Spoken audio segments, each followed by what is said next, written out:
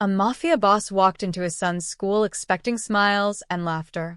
Instead, he saw his 12-year-old on the floor, covered in food, while teachers looked away. What he discovered next wasn't just bullying, it was a rival's message. And the choice he made would either destroy his empire or destroy his son. Alessandro Vieri checked his Rolex as his black Mercedes pulled up to Lincoln Middle School. 2:30. Perfect timing for lunch period. Boss, you sure about this? Marco, his driver, glanced in the rearview mirror. No security inside. It's a middle school cafeteria, Marco. Not a war zone. Alessandro straightened his tie. Wait here. 15 minutes. He'd promised Luca this visit 3 weeks ago. Between the shipping routes, the casino negotiations, and putting out fires with the New York families, Alessandro had barely seen his 12-year-old son. Today was supposed to fix that. A surprise lunch visit. Father-son time. Normal like other dads did. The hallway smelled like industrial cleaner and something fried. Alessandro followed the noise. Hundreds of kids laughing, shouting, the clatter of trays. He'd called ahead, told the principal he was coming. Everything was arranged. He pushed through the cafeteria doors and stopped. The room was massive. Round tables everywhere. Kids in clusters. Alessandro scanned the space, looking for Luca's dark hair and... there. Back corner. Near the trash cans. Luca sat alone at a table, hunched over a sandwich he wasn't eating. His shoulders were tight. Defensive. Alessandro started walking toward him, weaving between tables. He was halfway there when 3 boys approached Luca's table. 8th graders, maybe. Bigger.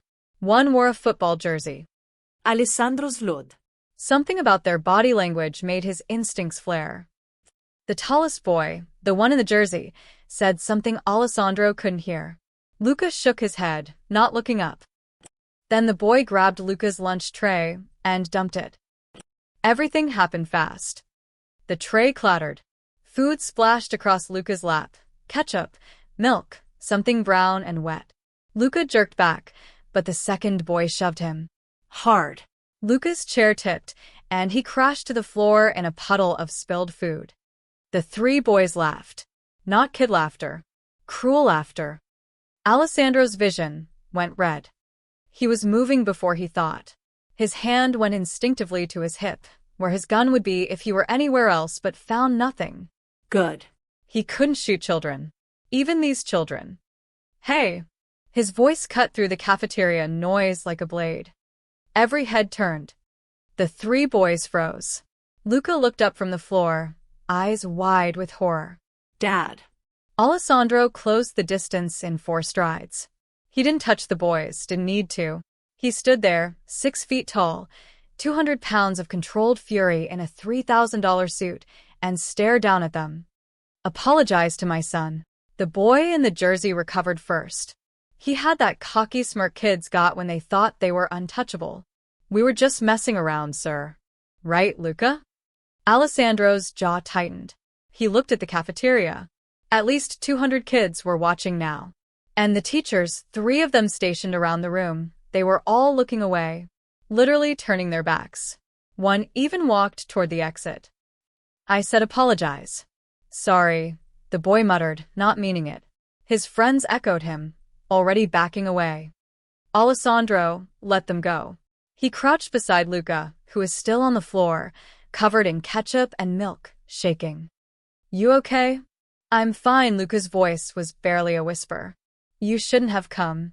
Those words hit harder than any punch Alessandro had ever taken. He helped Luca up, noticed the way his son flinched when Alessandro touched his shoulder. Noticed the old bruise on Luca's wrist, half hidden by his sleeve. Noticed how Luca kept his head down, wouldn't meet his eyes. We're leaving, Alessandro said quietly. Dad, please. Now. Alessandro guided Luca toward the exit, his hand on his son's back. The cafeteria had gone silent. 200 kids watching. 0 teachers intervening. In the hallway, a woman in a pantsuit intercepted them. Principal Walsh, according to her nameplate. Mr. Vieri, I'm sure we can discuss this. Your office. Now. Principal Walsh's smile was plastic. Of course. Right this way. The office was standard, diplomas on the wall, motivational posters, a desk cluttered with papers. Alessandro shut the door firmly. Luca sat in a chair, still dripping ketchup, staring at his shoes. Mr. Vieri, I assure you, what you witnessed was simply boys being boys. Horseplay. It happens. Horseplay. Alessandro's voice was dangerously soft. My son was assaulted. In front of 3 of your teachers. Who did nothing. Walsh folded her hands. I understand you're upset, but these situations are delicate. Luca is. Well, given your family's reputation, some students feel threatened by him. The other children are just threatened.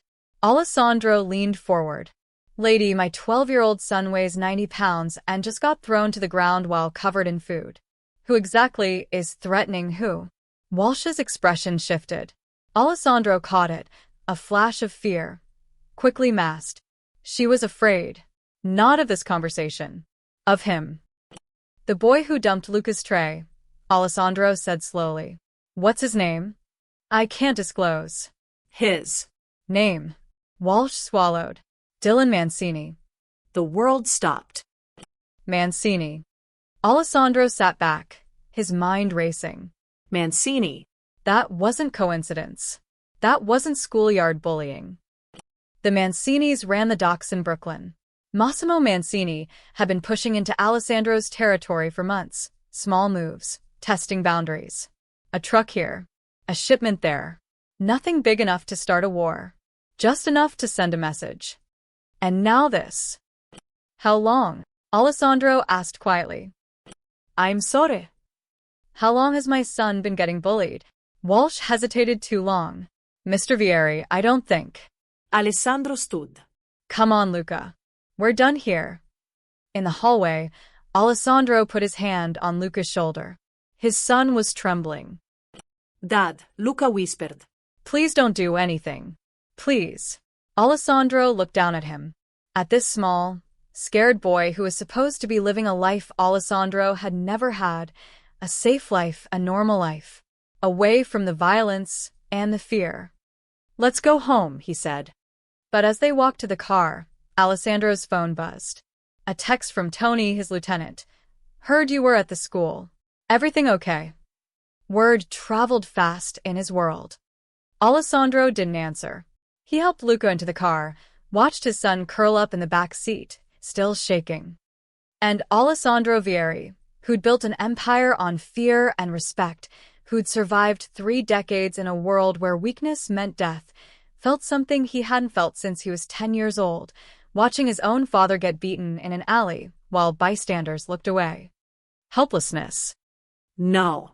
Not helplessness. Rage. The Mancinis had just made a mistake. They'd touched his son.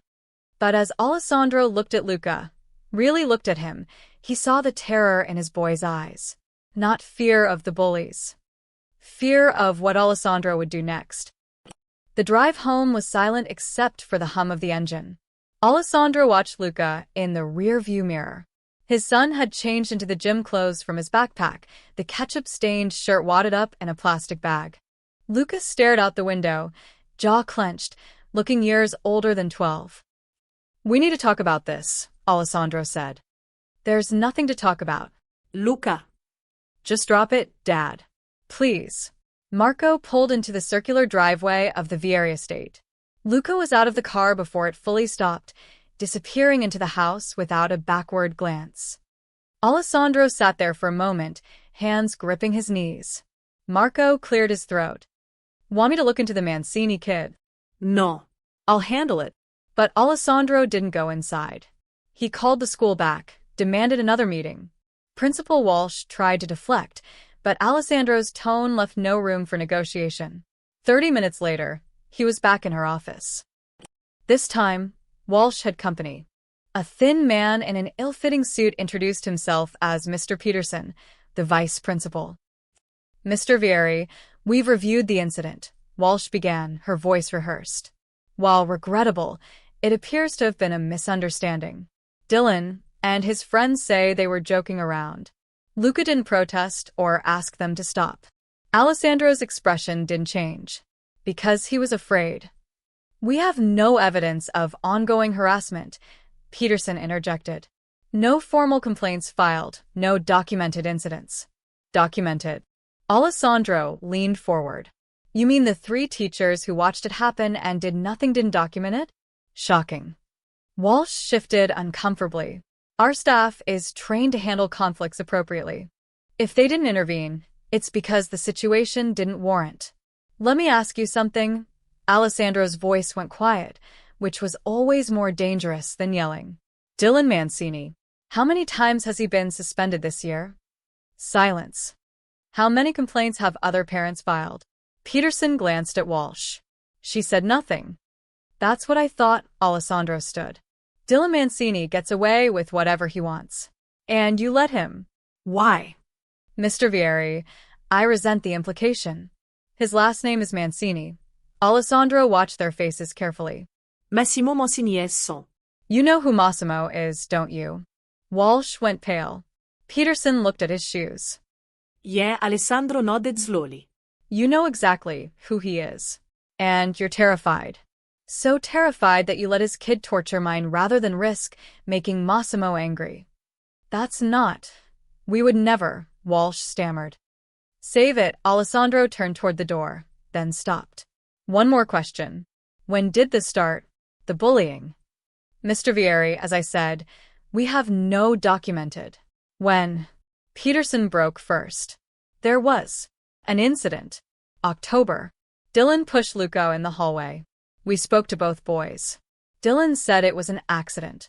October. Alessandro's mind worked. October was when he'd refused Massimo's offer to partner on a port deal. When he'd made it clear the Mancinis weren't welcome in his territory. What else?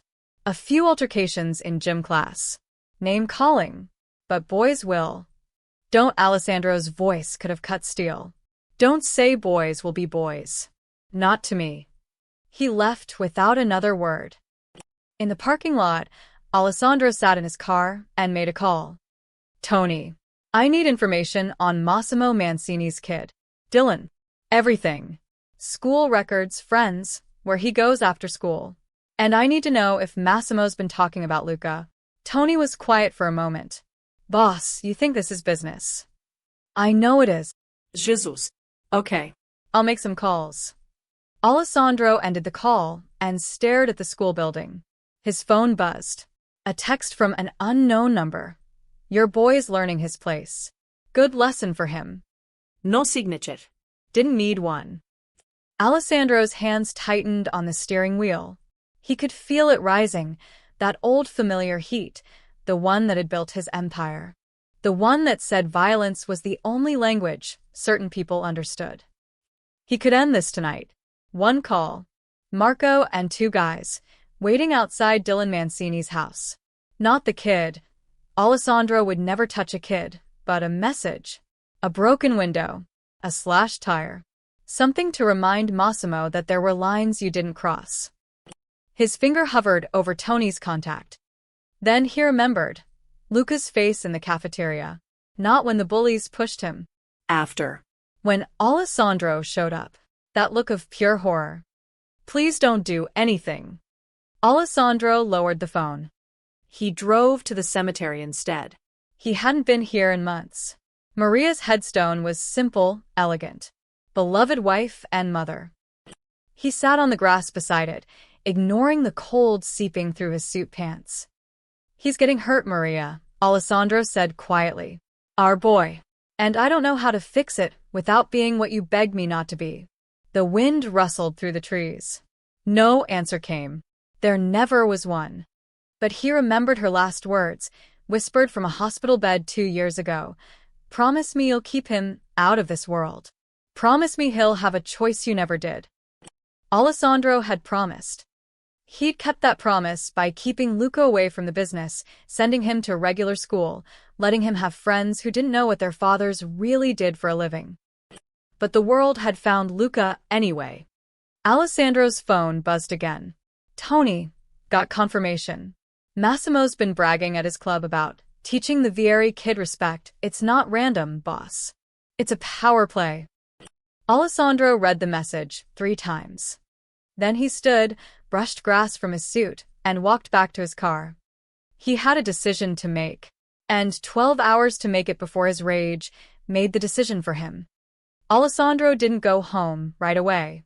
He drove through the city, past the warehouses he owned, the restaurants that paid him protection, the docks where his ships came in.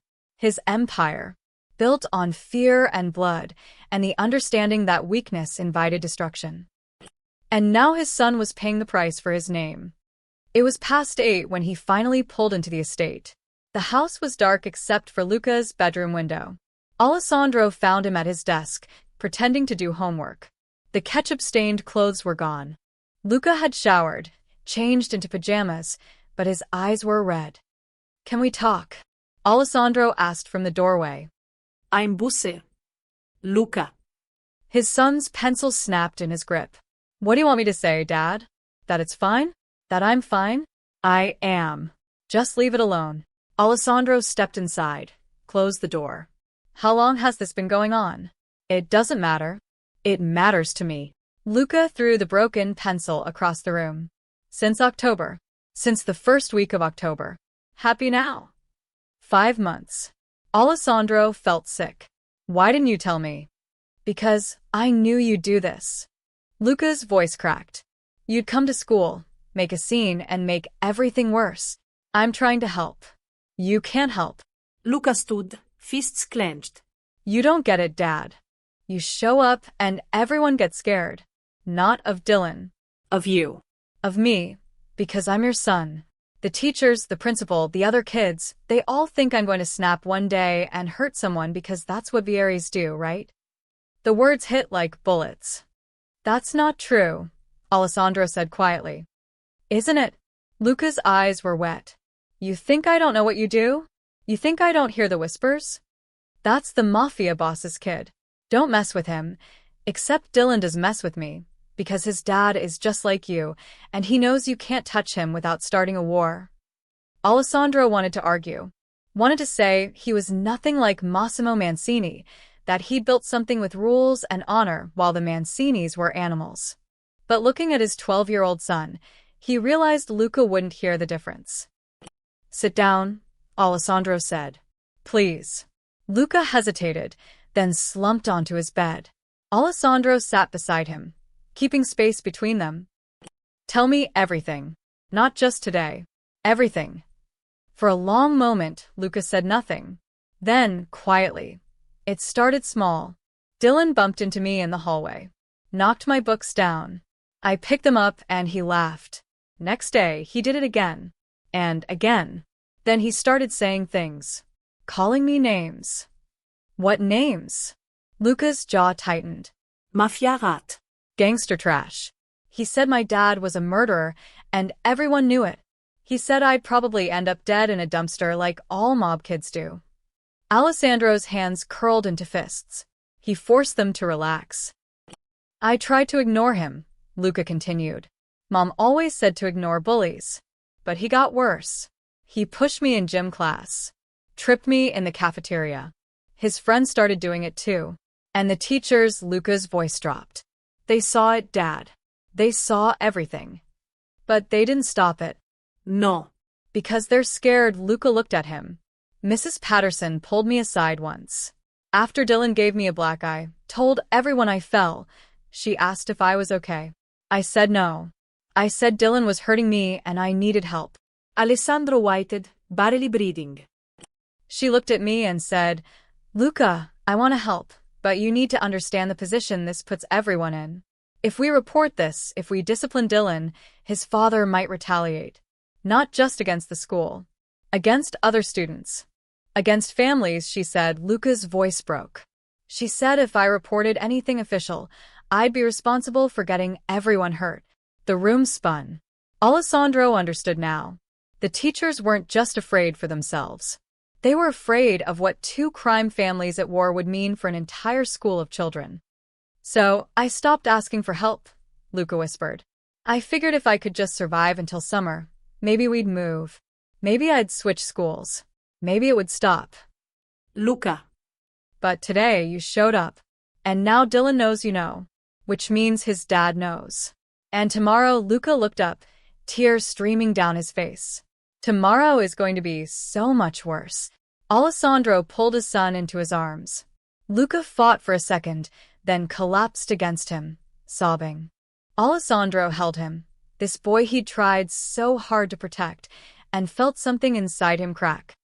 He'd spent 30 years in a world where strength meant everything, where showing weakness invited death, where the only way to survive was to be harder, meaner, more ruthless than everyone else. But his son needed something he didn't know how to give. Safety without violence. Protection without terror. I won't let them hurt you again, Alessandro said. Luca pulled back. Promise me you won't start a war. Promise me you won't hurt anyone. Alessandro looked into his son's eyes and saw Maria looking back. That same desperate hope that he could be better than what he was. I promise I'll protect you, he said carefully. That's not what I asked. I know. Luca's face crumpled. Dad, please. Get some sleep, Alessandro said, standing. We'll figure this out. But as he left Luca's room and headed downstairs, Alessandro knew there was no figuring this out. There was only choosing which promise to break, the one to his dead wife, or the one to his living son. His phone buzzed. Tony, Massimo wants a meeting. Tomorrow night. Says it's time you two talked. Alessandro stared at the message. Tomorrow night, then. He'd look Massimo Mancini in the eye and decide which kind of father he was going to be. Alessandro didn't sleep. He sat in his study, a glass of scotch untouched on the desk, staring at the photo on the wall. Him and Maria on their wedding day. She'd been 23, radiant in white, believing he could be something more than his father's legacy. At 3 a.m, his phone lit up. Tony, meeting set. Club Nero. Midnight tomorrow. Come alone. Alessandro typed back. I'll bring Marco. Massimo says alone or nothing. Of course he did. By dawn, Alessandro was at his downtown office, an upscale real estate firm that served as a front for his actual business. Tony was already there, along with Sal and Frankie, his most trusted lieutenants. They looked tired. Word had spread fast. So it's true? Sal asked. The Mancini kid's been going after Luca? For 5 months, Alessandro poured coffee he wouldn't drink. Massimo's been using his son to send me a message. Frankie slammed his fist on the table. That's low, boss. Even for that piece of garbage. You going after the kid? No. Then what? We just let them disrespect you like this. Tony leaned forward. Boss, you know what this looks like to the other families, right? Massimo hits your son, and you do nothing? They'll think you're weak. They'll think you're finished. Alessandro had been expecting this. In his world, reputation was currency. Letting an insult go unanswered was suicide. The other families, the Russos in Queens, the DeLucas in Manhattan, the Costellos in Staten Island, they were all watching, waiting to see if Alessandro Vieri still had teeth. What do you want me to do? Alessandro asked quietly. Beat up a 14-year-old. Of course not, Tony said. But Massimo? He's fair game. We hit his operations. Make him hurt. Make him understand there are consequences. Sal nodded. We could torch one of his warehouses. Nothing crazy. Just enough to send a message. Or we could take out one of his trucks, Frankie added. The ones running the heroin up from Baltimore. Hit him in the wallet. They were all looking at him, waiting for orders. This was what they knew, what Alessandro had taught them. You don't let disrespect slide. You answer force with force. You protect what's yours. But then Alessandro heard it, Luca's voice breaking. Please don't do anything. No, Alessandro said. The room went silent. Boss. Tony's voice was careful. I said no. No hits. No fires. No retaliation. Frankie gaped at him. You're kidding. Do I look like I'm kidding? Then what the hell are we doing? Sal demanded. Massimo's son beats up your kid, and we're just going to smile and take it. Alessandro stood slowly. When he spoke, his voice carried the weight of 30 years commanding men. "Watch your tone, Sal." Sal backed down immediately. Boss, help me understand." "You want to understand?" Alessandro's jaw tightened. "My son is 12 years old. His mother, my wife, made me promise before she died that I'd keep him out of this life. That he'd have a choice I never had. If I start a war over this, what does that make me? What does that make him?" "It makes you his father," Tony said. "A father who protects his kid. By putting a target on his back?" Alessandro shook his head. "We torch a warehouse," Massimo retaliates. "Maybe not at me. Maybe at Luca's school. At his friends. At Elena. This isn't business, Tony. This is my son's life." "So, what's your play?" Frankie asked. "You meeting Massimo tomorrow night?" "Yes." "Alone?" "That's what he wants." Tony cursed. "That's a trap, boss. You know it's a trap. Maybe. Or maybe Massimo wants to negotiate." "Negotiate what?" Sal scoffed. "He's already showed you what he thinks of negotiations. He used his kid to humiliate yours." Alessandro walked to the window, looked out at the city waking up below. How many people down there knew his name? How many feared it? And what good was any of that power if he couldn't protect his own son without destroying him? "You remember my father?" Alessandro asked quietly. The room shifted. They all remembered Carlo Vieri. A legend. A monster. "He taught me that respect comes from fear," Alessandro continued. "That if someone pushes you, you push back twice as hard. You show no weakness, no mercy, no hesitation." He lived by that code until the day he died. "It kept him alive for 60 years, Tony said. "It also kept him alone." Alessandro turned back to them. "My mother left when I was 8 because she couldn't watch him become what he became. I had no friends, no childhood, no choice. Just the family business. Just blood and fear. And when my father finally died, shot in his own restaurant by someone he'd wronged, I had to identify his body. You know what I remember most?" No one answered. "He looked surprised," Alessandro said. Like he couldn't believe the world had finally caught up to him. Like all that fear he'd built, all that respect he'd demanded, wasn't enough in the end. Tony stood. "Boss, your father's way kept our family strong for 40 years. You can't just—" "I'm not my father," Alessandro cut him off. "And I won't make my son into what I became."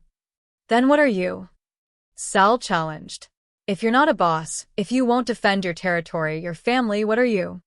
Alessandro met his eyes. "I'm a father who's trying to be better than the man who raised him." Frankie shook his head. "Massimo won't see it that way. None of them will. They'll smell weakness, and they'll come for you. Let them try." Tony walked to the door, stopped. "For what it's worth, boss, I hope you're right. I hope there's another way. But if there's not," he looked back. "If Massimo comes at you tomorrow night, if this goes bad, we'll be ready, whether you want us there or not." After they left, Alessandro sat alone in his office as the morning sun filled the room.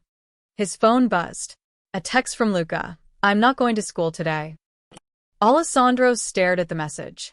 His son was afraid to go to school. What kind of father lets that happen? He typed back, "Stay home. We'll figure this out." But as he looked at his reflection in the dark computer screen, Alessandro wondered if he was making the biggest mistake of his life. Or the first right choice he'd made in 30 years. The derelict dockyard smelled like rust and dead fish. Alessandro arrived at 11:40, 20 minutes early. Marco had wanted to come, but Alessandro refused. This was between him and Massimo. The warehouse loomed in the darkness, windows shattered, graffiti covering the walls. This place had been abandoned for years. Neutral ground where neither family held sway. Perfect for a meeting that could go either way. Alessandro's hand brushed the gun at his hip. He'd brought it despite knowing it was probably useless. If Massimo wanted him dead, 20 men were probably hiding in the shadows already. At exactly midnight, headlights cut through the darkness.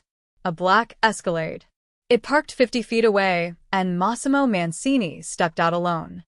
He was shorter than Alessandro, stockier, with salt and pepper hair slicked back.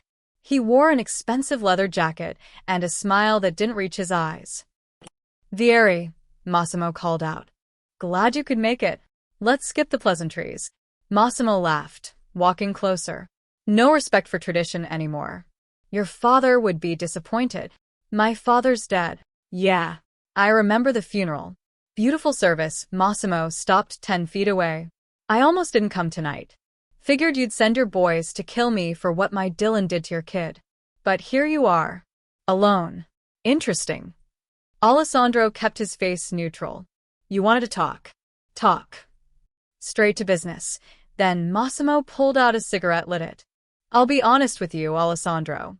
I didn't think you had it in you to show restraint. When Dylan told me what happened in that cafeteria, you standing there, looking ready to snap, but walking away, I thought maybe I'd misjudged you. Get to the point." "The point is simple." Massimo exhaled smoke. "You've been king of the city for too long. You control the ports, the unions, half the construction contracts. The rest of us? We get scraps. That needs to change. And you're using my son to make that happen?" Massimo shrugged. "Kids will be kids, right? That's what your principal says. Dylan's just playing around. Harmless fun." Alessandro's jaw tightened. "You ordered it." "Ordered?" Massimo's eyes glinted. "I didn't order anything. I just mentioned to Dylan that the Vieri boy goes to his school. Told him how you and I have been having some business disagreements. How you've been disrespecting our family. Kids pick up on things, you know? They form their own opinions. He's 14 years old. Old enough to understand how the world works." Massimo took another drag. "See, that's your problem, Alessandro. You're trying to raise your boy soft. Private school, no exposure to the business, kept away from reality. You think that'll save him? You think if you pretend hard enough, he can have a normal life? He's a child. He's a Vieri." Massimo's voice hardened. "Which means he'll never be normal. Every kid in that school knows who his father is. Every teacher. Every parent. You think keeping him ignorant changes that? All you're doing is making him weak." Alessandro stepped closer. "If you have a problem with me, come at me directly. Leave my son out of it." "Can't do that," Massimo smiled. "Because this isn't just about you and me. This is about teaching everyone in this city a lesson." "You want to know what lesson?" Alessandro waited. "Your son will never be untouchable," Massimo said softly. "No matter how much power you have, no matter how many men you command, you can't protect him. Not really. Because the moment you retaliate against my boy for what he does to yours, you start a war. And in war, kids get hurt. Schools get bombed. Families get killed. You know this. Everyone knows this. So you're hiding behind children. I'm playing by the rules of the street." Massimo flicked his cigarette away. "Rules your father understood. Rules you're trying to pretend don't exist. But they do exist, Alessandro. And they're brutal. You want your territory? You want your empire? Fine. But you pay the price. And the price is that your son learns what it means to be a Vieri. Fear. Isolation. Violence. Just like you learned. Just like we all did." Alessandro's hand moved toward his gun. Massimo noticed but didn't flinch. "Go ahead," Massimo said. "Pull it. Shoot me right here. Then what? My men come after you. Your men come after them. And somewhere in all that blood, your boy ends up dead. Is that what you want?"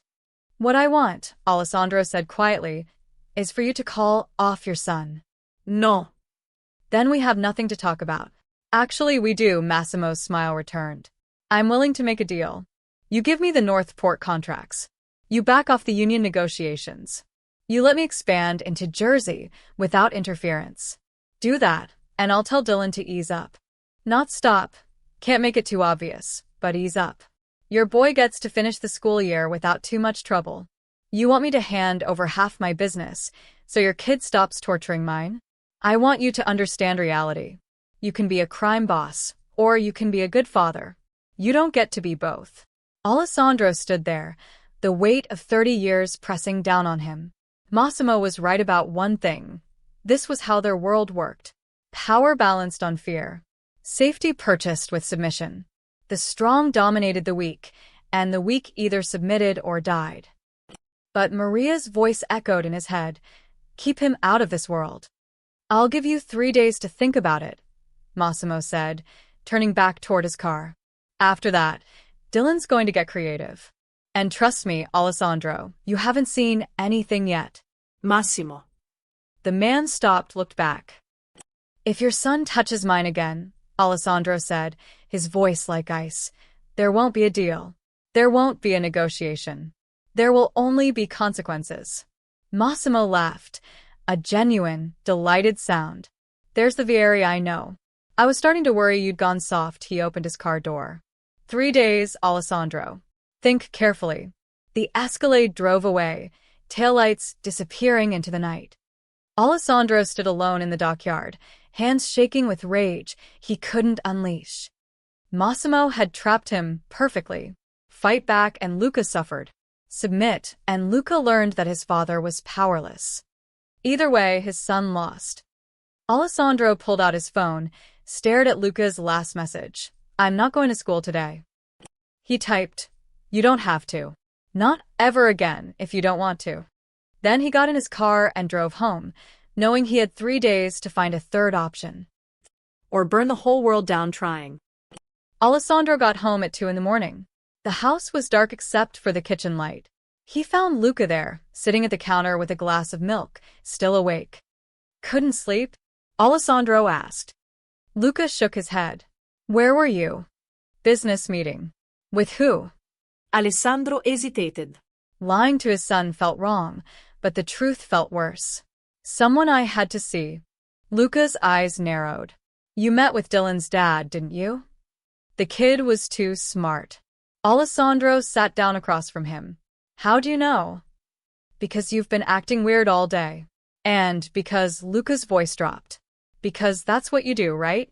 Someone crosses you, you meet with them. You make deals. You threaten people. It's not that simple, isn't it? Luca pushed his milk away. What did he say? What did you say? Nothing you need to worry about. Dad, it's about me. I have a right to know. Alessandro looked at his son. This 12-year-old boy trying so hard to be brave. He wants me to back off some business deals. In exchange, Dylan will ease up on you.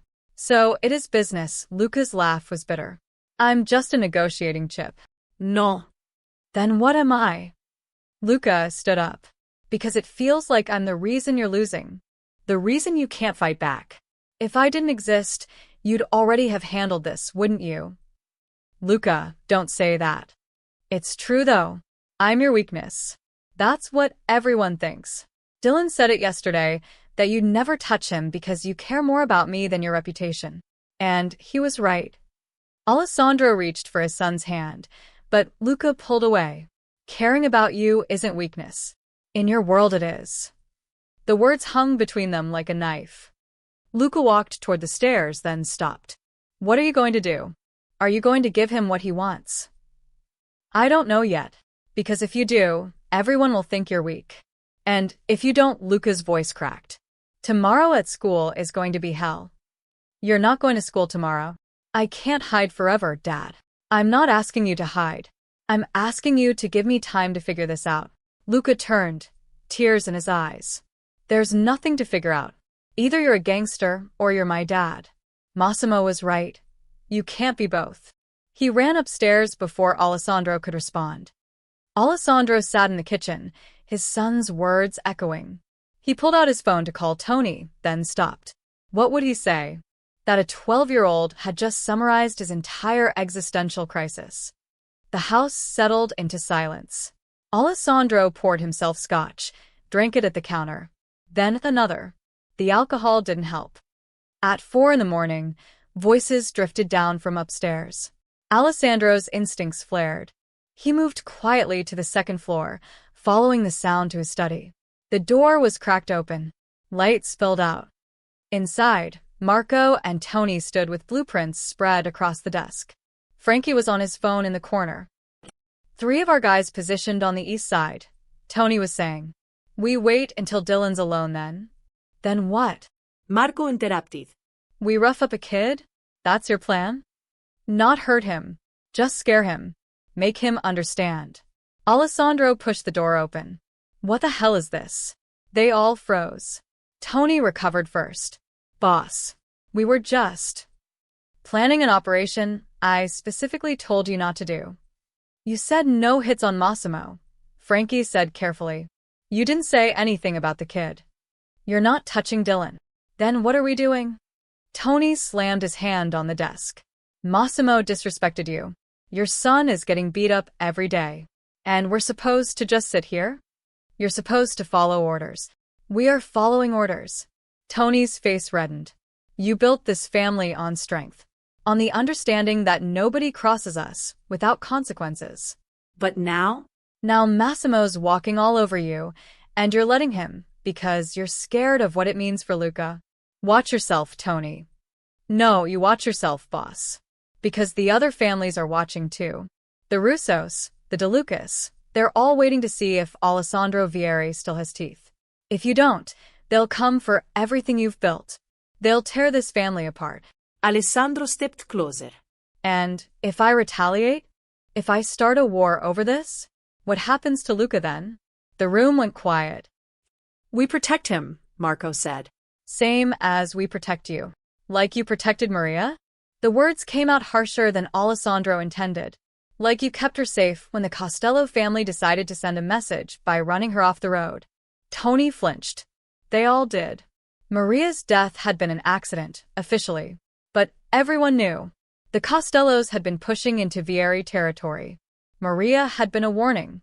And Alessandro had responded by destroying the Costello family so thoroughly they no longer existed. But Maria was still dead. That was different, Tony said quietly. How? Because Maria knew what she married into. Luca's a kid. An innocent. There are no innocents in our world, Alessandro said. That's the point. That's what Massimo understands, and what I've been trying to deny. The moment Luca was born with my last name, he stopped being innocent. He became a target. A sound at the door made them all turn. Luca stood there in his pajamas, face white, eyes wide with betrayal. Luca, Alessandro started. You're planning to hurt him. Luca's voice shook. Dylan, you're planning to hurt a kid because of me. We're just discussing options, Marco tried. Don't lie to me. Luca looked at his father. You promised. You promised you wouldn't start a war. Son, this isn't. If you hurt Dylan, if you hurt anyone because of me, Luca's voice broke. I'll run away. I swear to God, Dad. I'll disappear, and you'll never find me. Alessandro felt his world tilt. You don't mean that. Try me.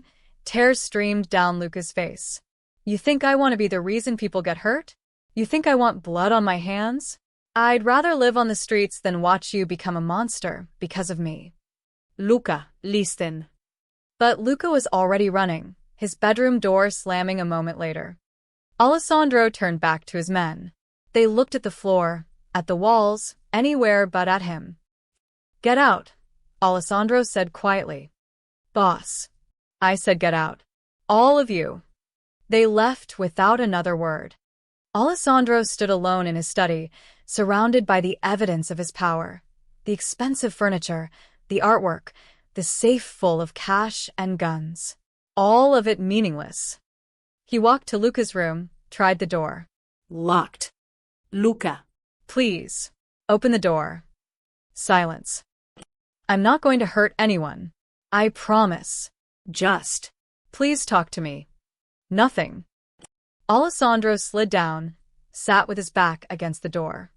I don't know how to fix this, he said to the wood. I don't know how to be what you need. On the other side, so quiet he almost missed it, Luca whispered. Then maybe you can't be both. Alessandro sat there until dawn, listening to his son cry, unable to do the one thing he'd spent his entire life learning to do. Fight back. Alessandro didn't sleep. At 7 a.m, he made calls. By 8, he had 3 lawyers in his downtown office. By 9, they were walking into Lincoln Middle School with a legal notice demanding a full investigation into the bullying incidents and staff negligence. Principal Walsh met them in the lobby, her face pale. Mr. Vieri, this is highly irregular. What's irregular is my son being assaulted while your teachers watched. Alessandro's lead attorney, a sharp woman named Patricia Reeves, handed Walsh a folder. We're requesting full access to incident reports, security footage, and witness statements from all staff members present during yesterday's cafeteria incident. I don't think. You don't have a choice, Patricia said. We can do this cooperatively, or we can do this through a lawsuit. Your decision. Walsh's hand trembled as she took the folder. Give me an hour. They waited in the conference room. Alessandro stared out the window at the playground where kids were arriving for school. Normal kids. Living normal lives. Everything he'd wanted for Luca. His phone buzzed. Luca, what are you doing? Alessandro typed back, trying a different way. No violence. I promise. The reply came fast, Mom called. She's furious. Says you're making everything worse. Of course Elena had heard. Word traveled fast in their circles. At 10 o'clock, Walsh returned with Vice Principal Peterson and 3 teachers. They looked terrified.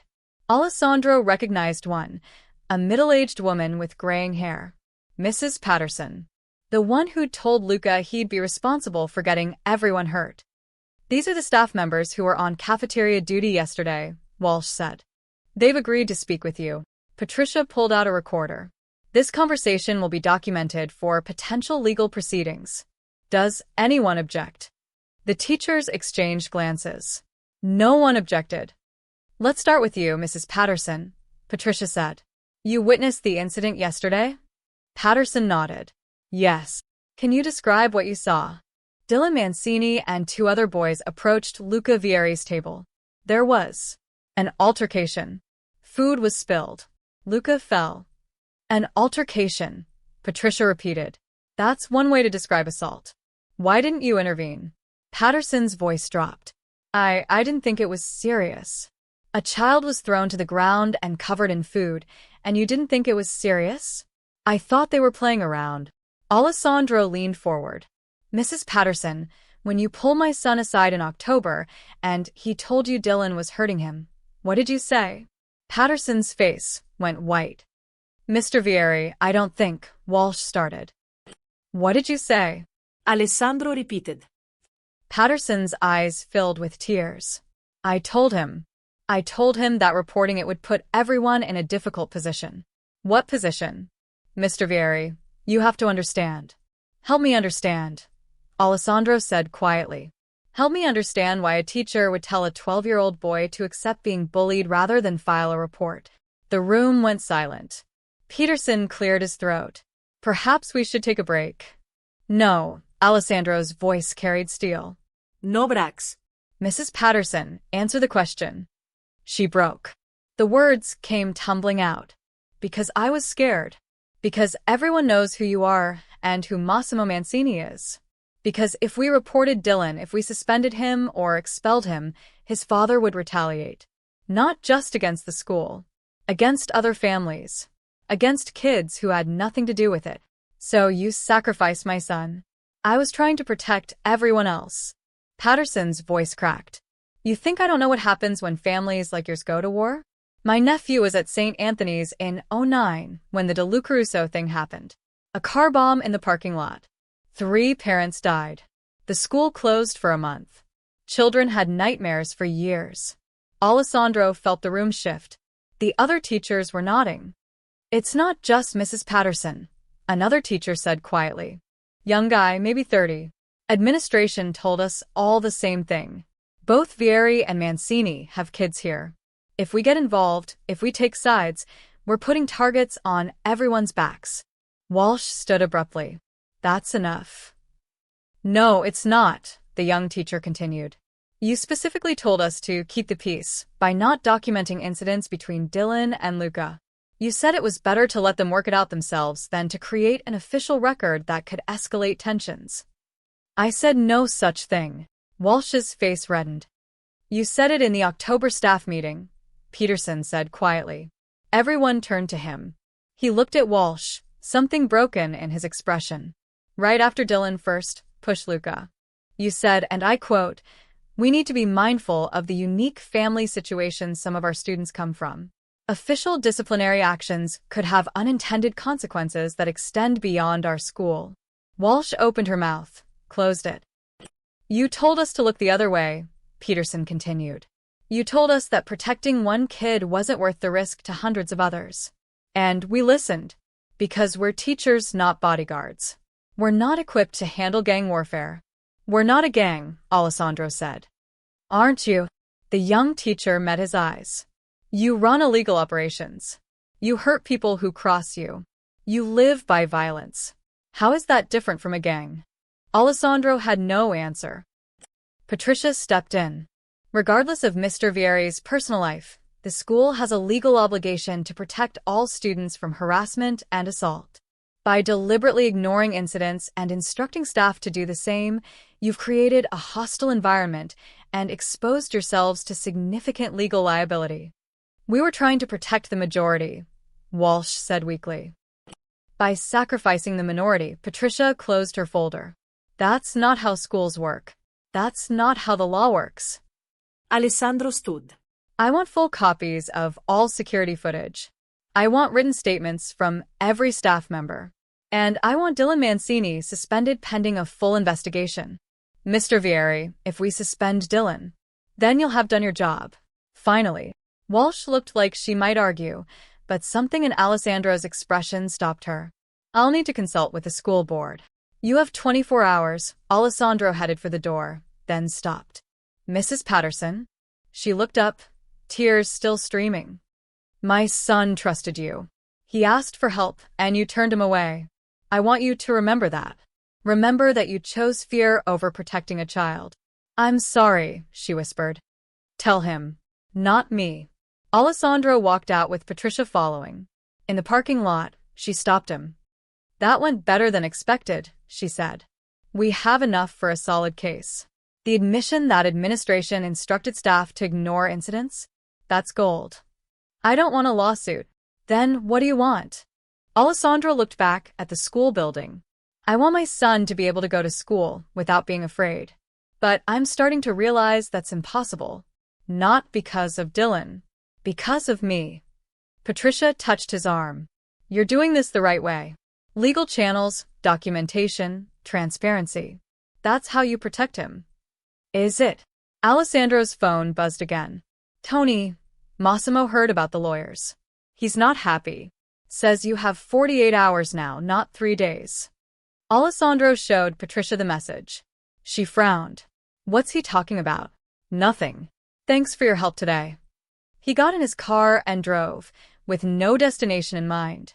Just driving, trying to outrun the realization that every move he made, violent or legal, public or private, only made things worse for Luca. His phone rang. Elena. He let it go to voicemail, but she called again. And again. Finally, he answered. What? We need to talk. Now.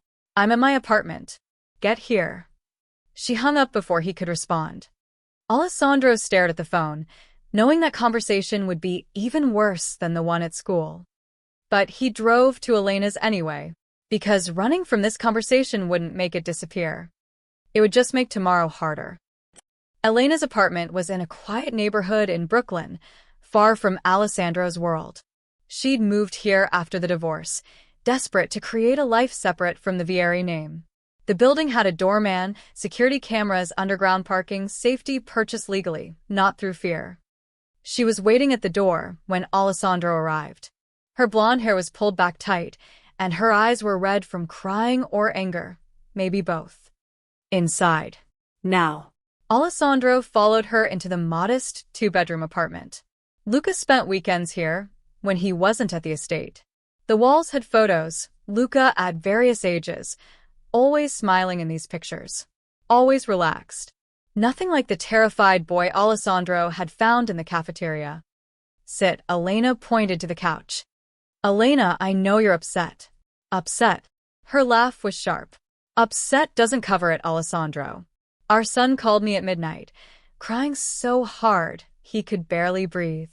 Do you know what he said? Alessandro stayed silent. He said he wants to die. Elena's voice cracked. He said he'd rather be dead than be the reason people get hurt. Our 12-year-old son said he wants to die, and it's because of you. The words hit like bullets. He didn't mean. Don't you dare. Elena stepped closer. Don't you dare tell me what our son meant. I've been listening to him for months. Months, Alessandro.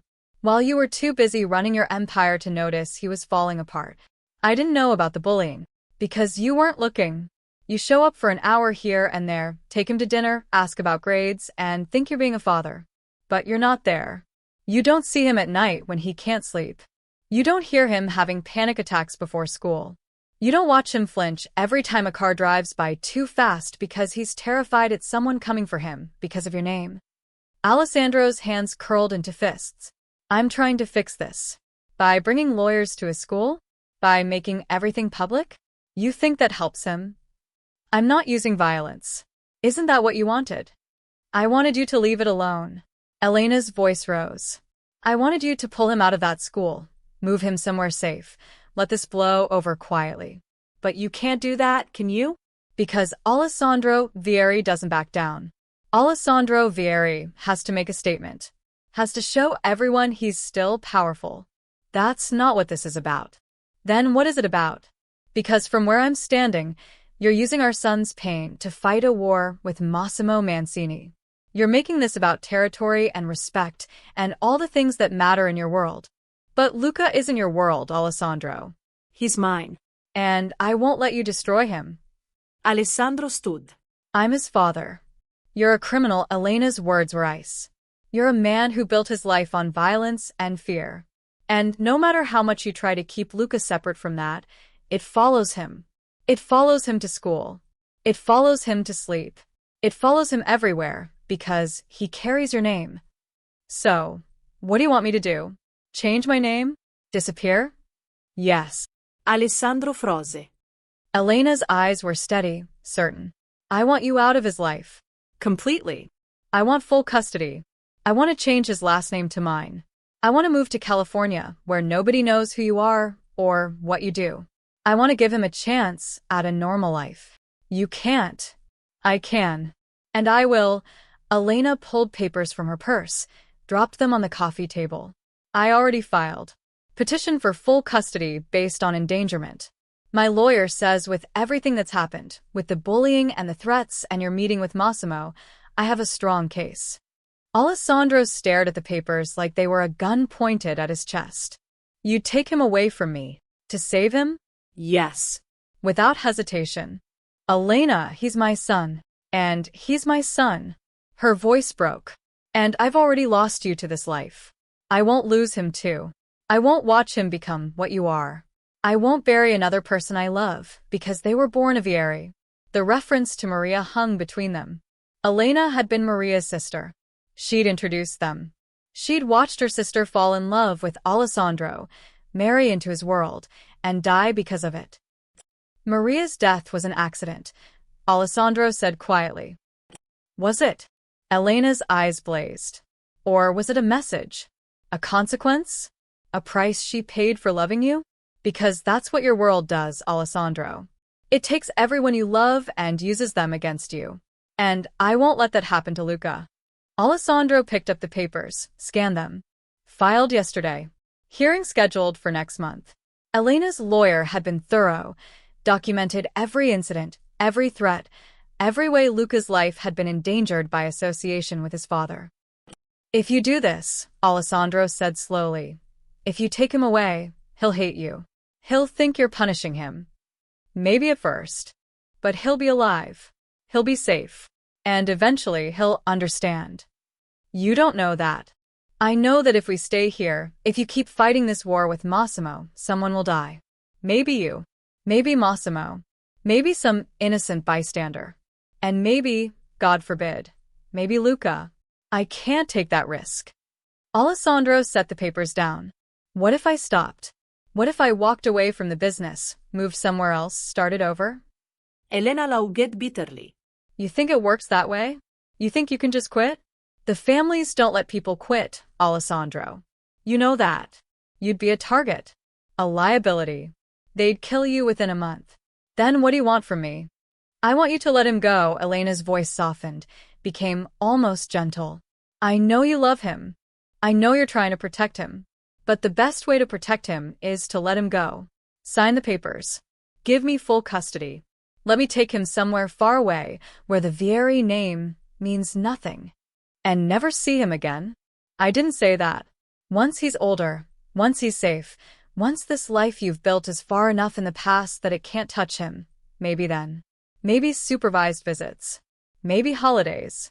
But not now. Not while Massimo is circling. Not while every family in New York is watching to see if you're weak. Alessandro walked to the window, looked out at the street below. Normal people living normal lives.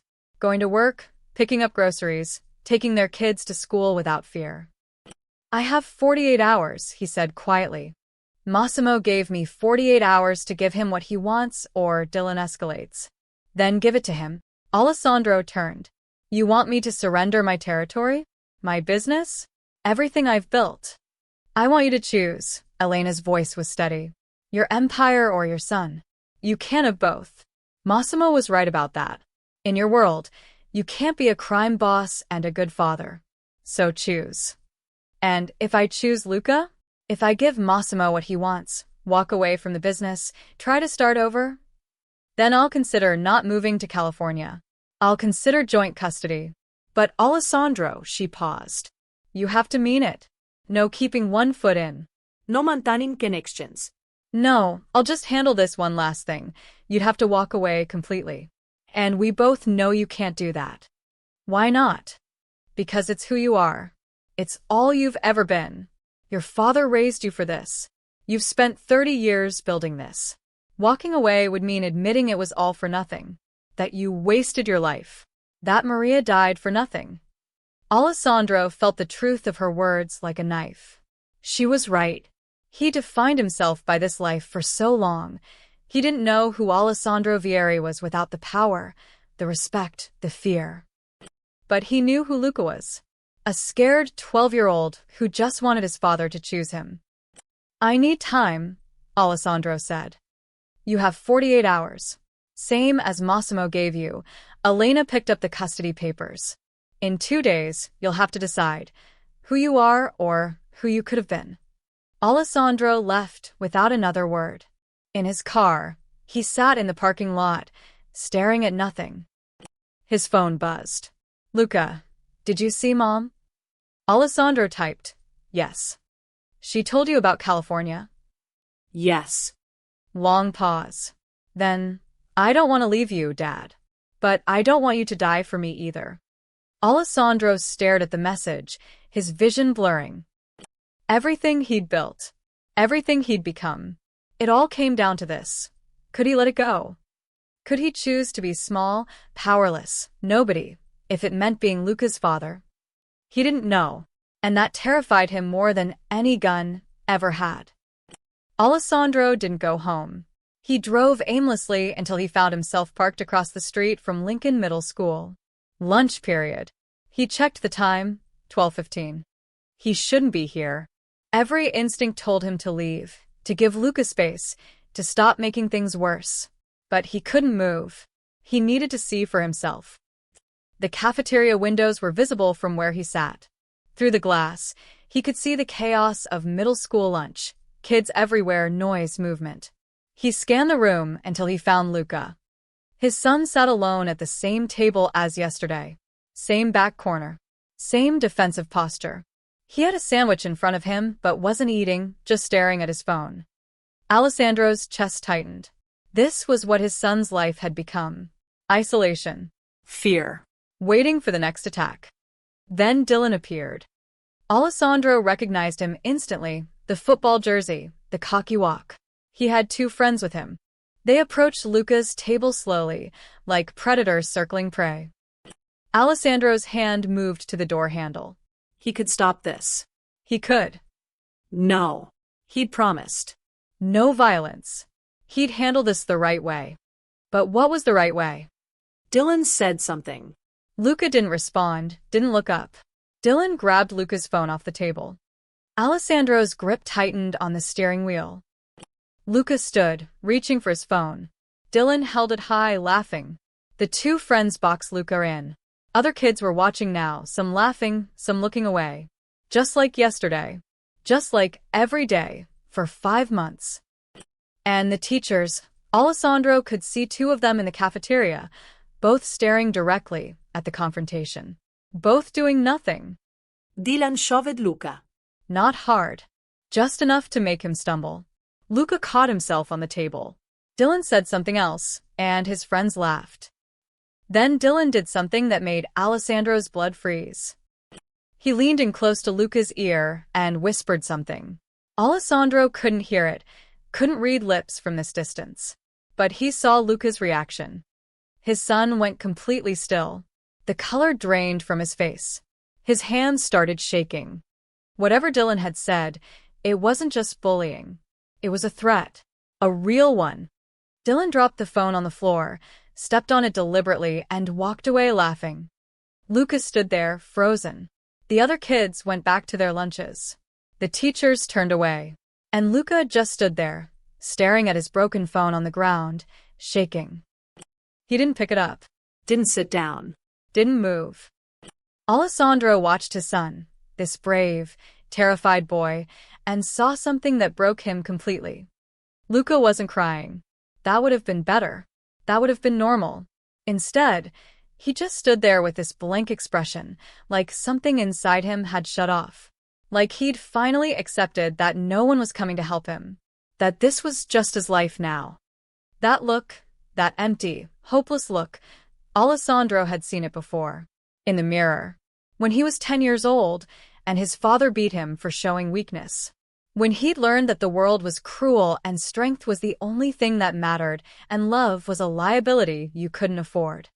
He'd promised himself his son would never know that feeling.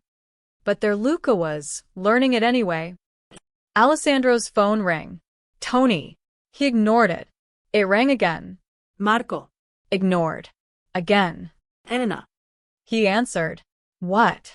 Luca isn't answering his phone. Is he okay? Alessandro looked at the broken phone on the cafeteria floor. He's fine. Are you sure? He seemed so upset this morning when I dropped him off. I said he's fine, Elena. Silence. Then, where are you? I have to go. He hung up before she could respond. In the cafeteria, Luca finally moved. He bent down, picked up his phone, looked at the shattered screen. Then he walked toward the exit. Not the main doors. The side exit. The one that led to the parking lot. Alessandro watched him push through the doors and keep walking. Past the parking lot. Toward the street. He was leaving. Running away. Alessandro started his car, followed at a distance. Luca walked 3 blocks, turned into a park, and sat on a bench. Just sat there, staring at nothing, holding his broken phone. Alessandro parked and approached slowly. Luca didn't look up until Alessandro sat beside him. You saw, Luca said. Not a question. Yeah, you promised you wouldn't come. Elite. Luca's laugh was hollow. Everyone lies. They sat in silence. Wind rustled through the trees. Cars passed on the street. Normal world continuing around them. What did he say to you? Alessandro asked quietly. At the end. What did Dylan whisper? Luca's hands tightened on the phone. It doesn't matter. It matters to me. Why? So you can kill him?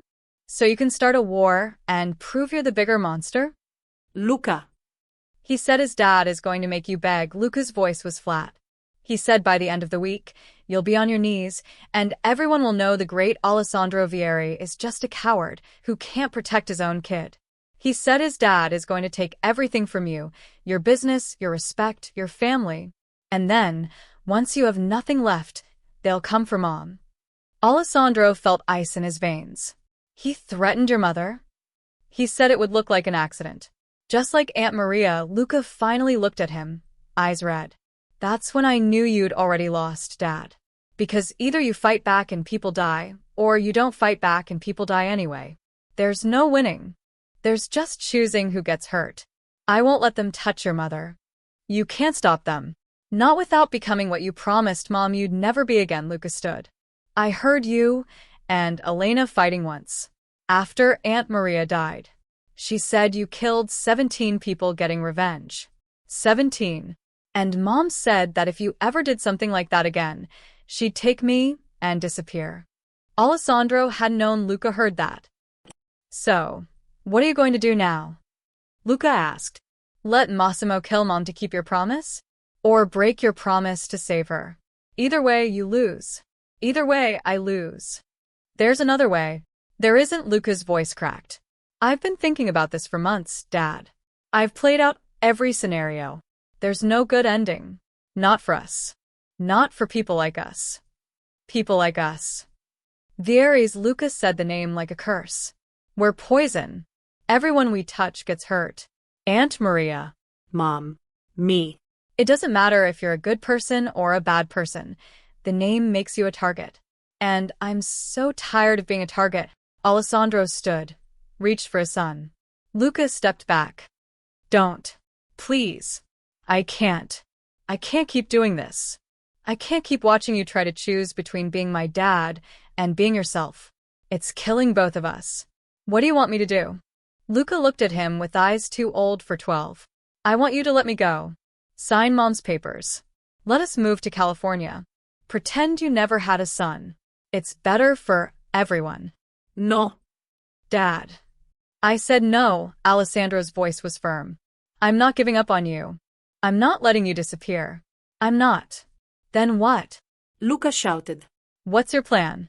Because from where I'm standing, you're out of options. Alessandro stared at his son, this boy who'd been forced to grow up too fast, who'd been carrying weight no child should carry. And suddenly, clearly, he knew what he had to do. Not violence. Not surrender. Something else. Something Massimo wouldn't expect. Something that would cost Alessandro everything but save everyone he loved. Go back to school, Alessandro said quietly. What? Go back. Tell them you were sick. Finish the day. Can you do that? Lucas searched his face. What are you going to do? Something I should have done a long time ago. Alessandro pulled out his phone, handed it to Luca. Use this. Yours is broken. I'll pick you up at 3-inch. Dad, you're scaring me. Alessandro pulled his son into a hug. Luca resisted for a moment, then collapsed against him, shaking. Trust me, Alessandro whispered. One more day. That's all I need. Can you give me that? Luca nodded against his chest. Alessandro held him for another moment, memorizing the feeling. Then he let go. I love you. No matter what happens next, remember that. Luca's eyes went wide. What does that mean? Dad. 3 o'clock. I'll be here. Alessandro walked back to his car before Luca could see his face.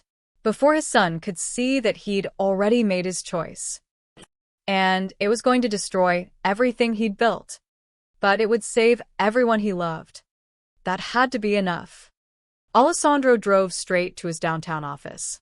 Not the real estate front, the actual office hidden behind a steel door in the basement. The place where he kept the real records.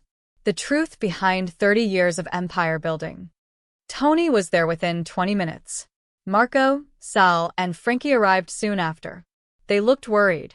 Alessandro never called emergency meetings unless blood was about to be spilled.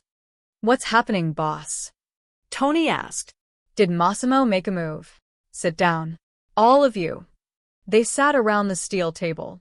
Alessandro remained standing. I'm ending this, Alessandro said. Today. About damn time Frankie cracked his knuckles.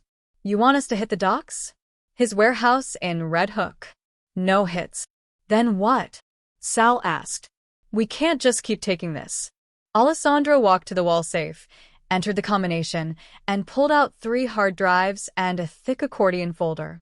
He set them on the table. What's this? Tony leaned forward. Everything. Alessandro opened the folder. Documents spilled out, shipping manifests, bank statements, photographs, ledgers. 20 years of evidence on the Mancini family. Money laundering routes. Bribery records. Names of cops on their payroll.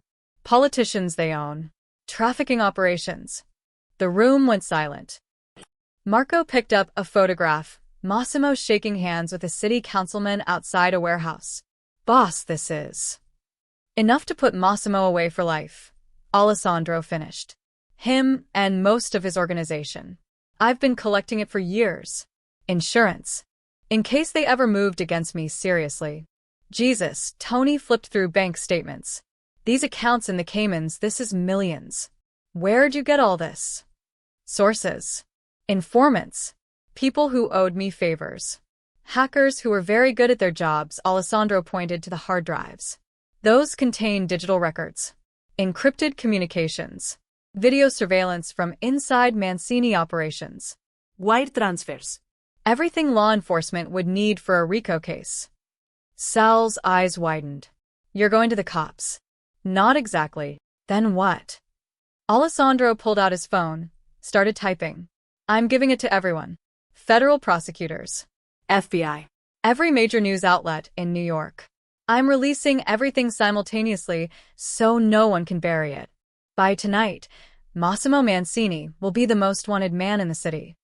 Holy shit, Frankie whispered. Boss, that's brilliant. Massimo goes down without a single shot fired. There's more. Alessandro met each of their eyes. These folders contain similar evidence on the other families. The Russos, the De Lucas, the Costellos, everyone who's been circling, waiting for weakness. Tony stood slowly. You're burning it all down. Yes. All of them. All of them. Boss, Marco's voice was careful. There's evidence about our family in those files too, isn't there? Alessandro nodded. Everything. My operations. My payoffs. My crimes. I'm releasing all of it. The room exploded. Are you insane? Frankie shouted. You'll go to prison. Sal added. We'll all go to prison. Tony slammed his fist on the table. You're not just taking down Massimo. You're taking down yourself. Us. The entire organization. I know. Then why? Marco demanded. Why would you destroy everything you've built? Alessandro looked at the evidence spread across the table. 30 years of his life. His father's legacy. Everything he'd thought mattered. Because my son asked me to choose, he said quietly. Between being a crime boss and being his father. And I choose him. By going to prison? Tony's face was red. How does that help Luca? Because Massimo won't be able to hurt him anymore. None of them will. They'll all be too busy fighting their own legal battles. Alessandro started organizing the documents into envelopes. And, because maybe, just maybe, Luca will grow up knowing his father chose to break the cycle instead of continuing it. You'll die in prison, Sal said flatly. First month, tops. You know how many people you've put away over the years? How many enemies you've made? They'll kill you the second you're behind bars. Probably. And that's okay with you? Alessandro thought about Luca's face in the park. That empty, hopeless look. Better than watching my son become me. Tony grabbed his arm. Boss, listen to yourself. This is suicide. There has to be another way. There isn't. I've spent 3 days looking for one. This is it. Then let us help you run, Marco said. We can get you out of the country. You and Luca both. New identities. Start over somewhere. Massimo would find us. They all would. And even if they didn't, what kind of life is that? Running forever? Always looking over our shoulders. Alessandro shook his head. No. This ends. Today. Completely. Frankie paced the room.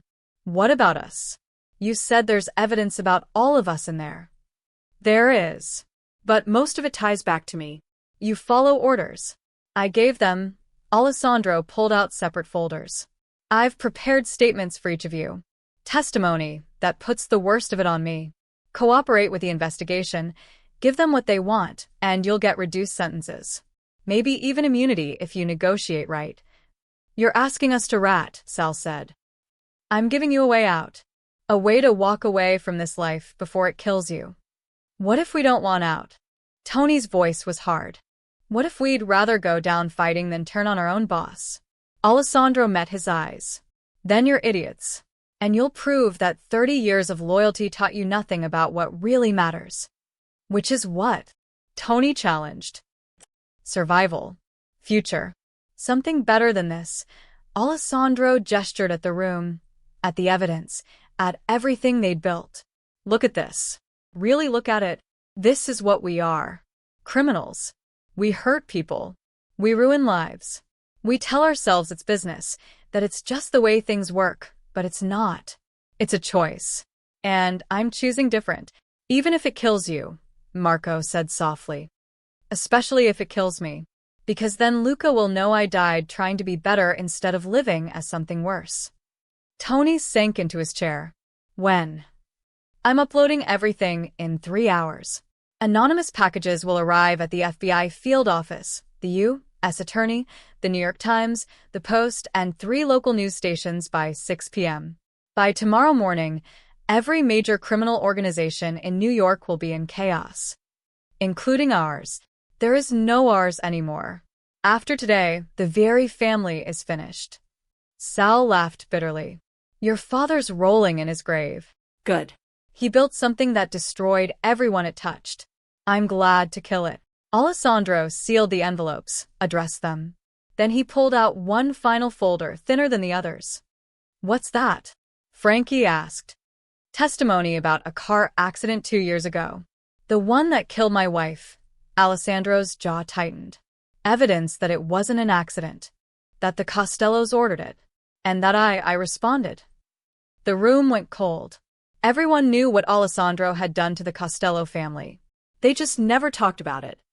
That'll get you murder charges, Tony said quietly. Multiple counts. Life without parole, minimum. I know. Boss, you don't have to include that. Maria's death was ruled an accident. No one's investigating. I know what I did, Alessandro's voice was steel. I killed 17 people. Some of them deserved it. Some of them were just in the way. I told myself it was justice, but it was revenge. And I'm not dying pretending I'm better than I am. He added the folder to the pile.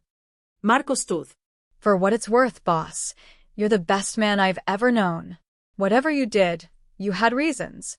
Reasons aren't the same as justifications. Maybe not. But they matter. Marco extended his hand. It's been an honor. Alessandro shook it. Then Sal's. Then Frankie's. Tony was last. He stood there, eyes red. I've followed you for 20 years. I'd follow you into hell, if you asked. But this? He gestured at the evidence. This breaks my heart. Mine too, Alessandro admitted. But it's the right thing. Finally, Tony pulled him into a hug. Take care of that kid. He's lucky to have you. No. I'm lucky to have him. He's the only thing I've ever done right. After they left, Alessandro sat alone with the evidence of his life. He thought about calling Elena, telling her what he was about to do. But she'd try to stop him. Or worse, she'd thank him. And he didn't deserve thanks. He thought about calling Luca. But what would he say? Sorry, I'm about to destroy our family name and go to prison, but at least you'll be safe. Instead, Alessandro opened his laptop and started uploading files. By 6 p.m., it would be done.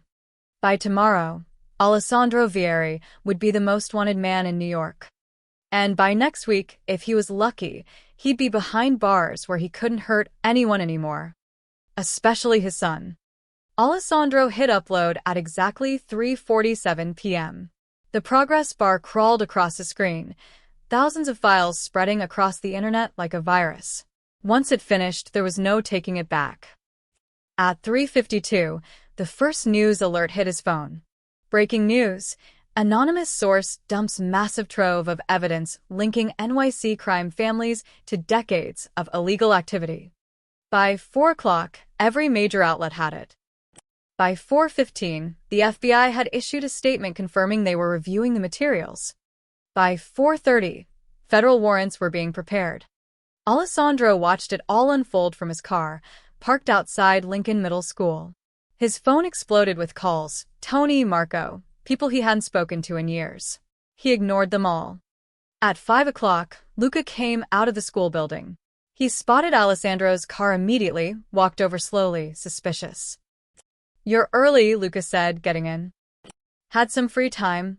Alessandro pulled into traffic. How was the rest of your day? Fine. Dylan left me alone. Luca studied his father's face. You look different. Different how? I don't know. Lighter, maybe. Like you're not carrying something heavy anymore. Alessandro almost smiled. Kids saw too much. I had a productive afternoon. Doing what? Tell you later. First, we need to pick up your mom. Mom? Why? Just trust me. They drove to Elena's apartment. She was waiting outside, arms crossed. She got in the back seat without a word, glaring at Alessandro in the rearview mirror. This better be important, she said. It is. We're going somewhere safe. Safe from what? You'll see. Alessandro drove them to a hotel in Midtown, nice but not extravagant. He'd booked a suite under a false name. Once inside, he locked the door and turned on the television. Sit down, he told them. Both of you. Elena and Luca exchanged worried glances, but sat on the couch. Alessandro found a news channel. The story was already dominating coverage. Unprecedented leak of information detailing the operations of multiple organized crime families in New York City. Sources say the evidence includes financial records, communications, and video surveillance spanning 2 decades. The U.S. Attorney's Office has confirmed they're treating this as credible and actionable intelligence. What is this? Elena asked. Alessandro turned up the volume. Footage played, federal agents executing search warrants. Locations he recognized. Mancini warehouses. Russo social clubs. De Luca restaurants. The anchor continued. Among those named in the leaked documents is Massimo Mancini, alleged head of a Brooklyn-based criminal organization. FBI agents raided his home and businesses this evening, and sources say arrests are imminent. The screen showed Massimo being led out of his house in handcuffs. His face was purple with rage, shouting at the agents, at the cameras, at the world. Luca stood slowly. Dad, did you? Keep watching. More footage. More raids. The Russos. The De Lucas. Dozens of men Alessandro had known for years, now in handcuffs or running or trying to flee the city. Perhaps most shocking, the anchor said, is that Alessandro Vieri, long suspected of leading one of the city's most powerful criminal organizations, appears to be the source of much of this information. Documents suggest Vieri systematically gathered evidence on rival families for years. However, the leak also contains damaging information about Vieri's own operations. Alessandro's photo appeared on screen, a mugshot from 15 years ago. Federal prosecutors say they're preparing charges against Vieri as well, including racketeering, money laundering, and potentially multiple counts of murder. The U.S. attorney called this the largest takedown of organized crime in New York history and credited the anonymous source, believed to be Vieri himself, with providing evidence that will dismantle these criminal enterprises for a generation.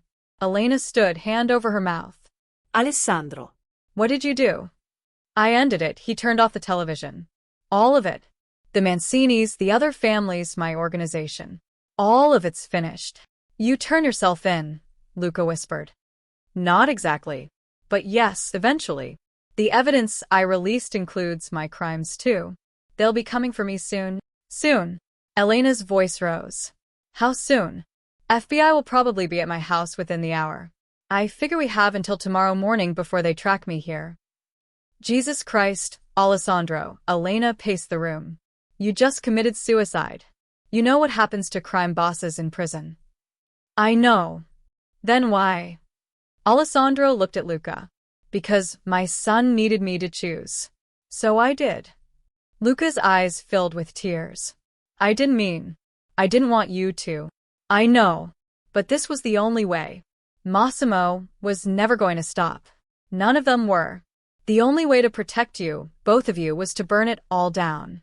Even if that meant burning myself with it. Elena sank onto the couch. There has to be another way. We can run, we can... No running. That's not living, Elena. That's just dying slower. Alessandro knelt in front of Luca. Listen to me. Massimo's going to prison. His whole organization is collapsing. Dylan won't be able to touch you. None of them will. They'll be too busy trying to survive. But you'll be in prison too, Luca said. Yeah. For how long? Alessandro hesitated. Probably the rest of my life. Luca's face crumpled. No. No, there has to be something. We can get lawyers. We can fight this. I don't want to fight it. I did what I did. I hurt people. I broke laws. I need to pay for that. You were trying to protect us. I was. But I did terrible things before that too. Things that had nothing to do with protecting anyone.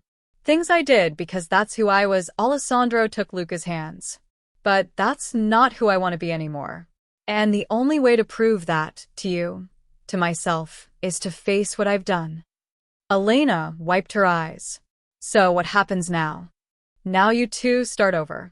Elena, take him to California, like you planned. Change his name. Give him the normal life. The custody papers you filed? I'll sign them. Full custody. No contest. No. Yes, Alessandro's voice was firm. This is what I want. What I need. For you to be free of this. Free of me, if that's what it takes. I don't want to be free of you. Luca was crying now. You're my dad, and I'll always be your dad. Nothing changes that. But you deserve better than visiting your father in prison for the next 20 years. You deserve a life without this weight. What about what you deserve? Luca demanded. Alessandro smiled sadly. I deserve exactly what I'm getting. Justice. Finally, they sat in silence, the weight of it settling over them. On the TV, muted now, more footage played. More arrests. More chaos.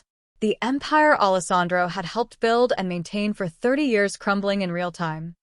How long do we have? Elena asked quietly. Tonight. Maybe tomorrow morning. After that, I'll turn myself in. You're going to run? No. But I want one night. One night with my son before everything changes. Elena looked at Luca, then at Alessandro. Something in her expression softened. Okay. One night. Alessandro ordered room service. They ate together, pizza, nothing fancy. They watched a movie, some comedy Luca picked. They didn't talk about tomorrow. Didn't talk about prison or trials or custody arrangements. They just sat together. A family. For the last time. Around midnight, Luca fell asleep on the couch. Alessandro carried him to the bedroom, tucked him in like he used to when Luca was small. Elena found him standing in the doorway, watching their son sleep. He's going to hate you, she said softly. For a while. For choosing this. I know. But eventually he'll understand. He'll see you did the only thing you could. Maybe. Alessandro. Elena touched his arm. For what it's worth. Maria would be proud of you. For this. For finally choosing right. Alessandro's throat tightened.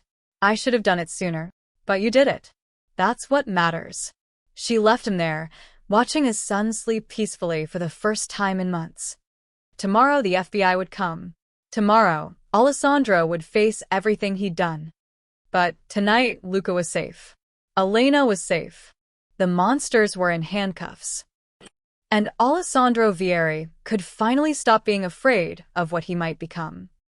Because he'd already chosen who he was. A father. Nothing more. Nothing less. Finally.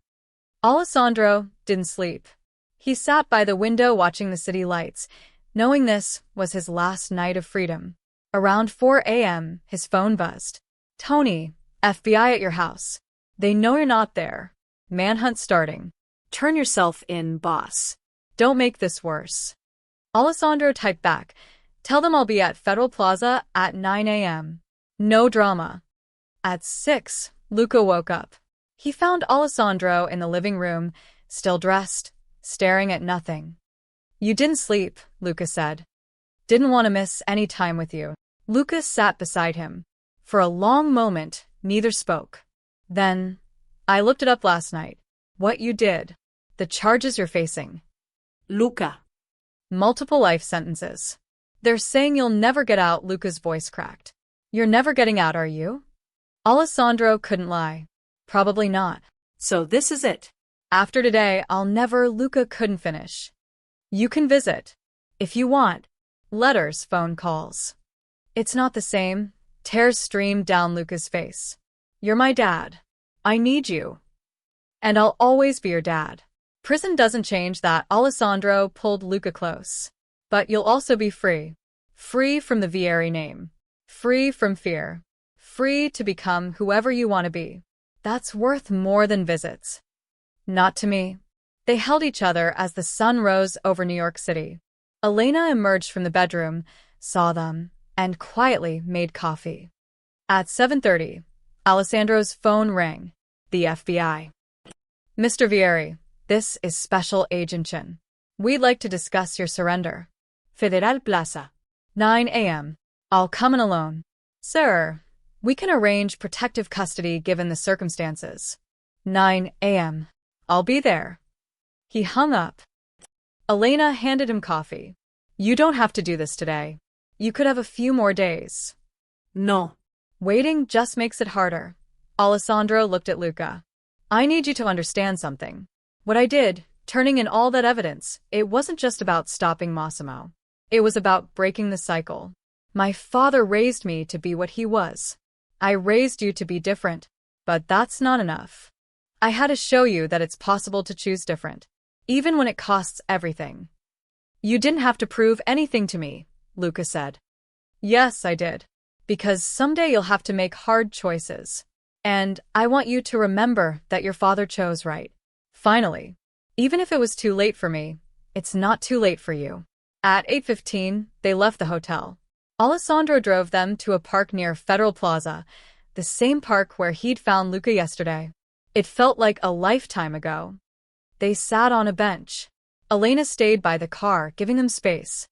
I talked to Mom, Luca said quietly, about California, about changing my name. Alessandro's chest tightened. And I told her I don't want to change it. Vieri is my name. It's your name. And yeah, it comes with baggage. But it also means something now.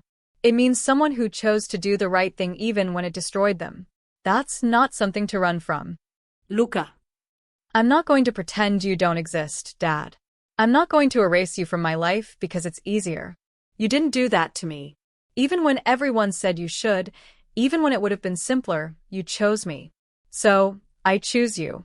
Prison visits, letters, whatever it takes. You're my father. That doesn't end. Alessandro pulled his son into a fierce hug, fighting tears. I don't deserve you. Yeah, you do. You're not perfect. You did bad things. But you're trying to be better. That's what matters. They sat there until 8:45. Then Alessandro stood. Time, Luca asked. Time. They walked to the car. Elena hugged Alessandro. Brief, but genuine. Take care of yourself in there. I will. Take care of him. Always. Alessandro turned to Luca. You scared? Terrified.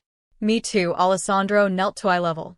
But I promise you, no matter what happens, no matter how long I'm gone, I will always be your father. The world can take everything else, but not that. Never that. Luca threw his arms around him. I love you, Dad. I love you too. More than anything. Alessandro held him tight, memorizing the feeling. Now, do something for me. Be better than me. Be better than all of us.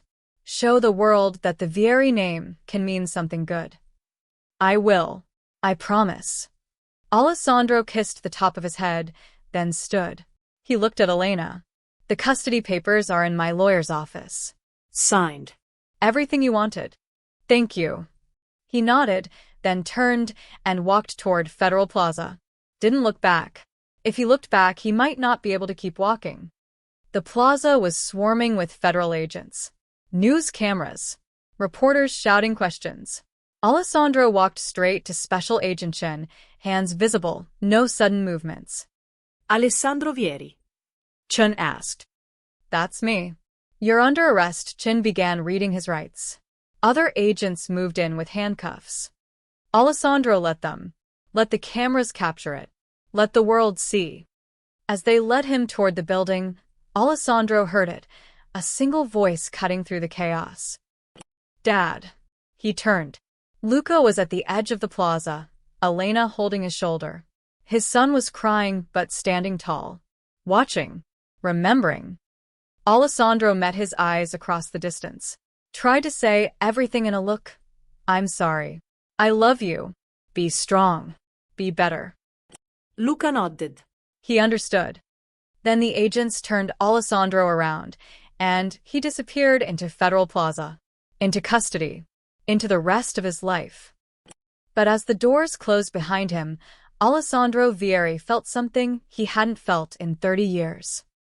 Peace. Not freedom, not redemption, not forgiveness. Just peace. Because for the first time since he was 10 years old, watching his father choose power over love, violence over family, fear over hope, Alessandro had chosen differently. He'd chosen his son. He'd chosen to be a father, not a boss.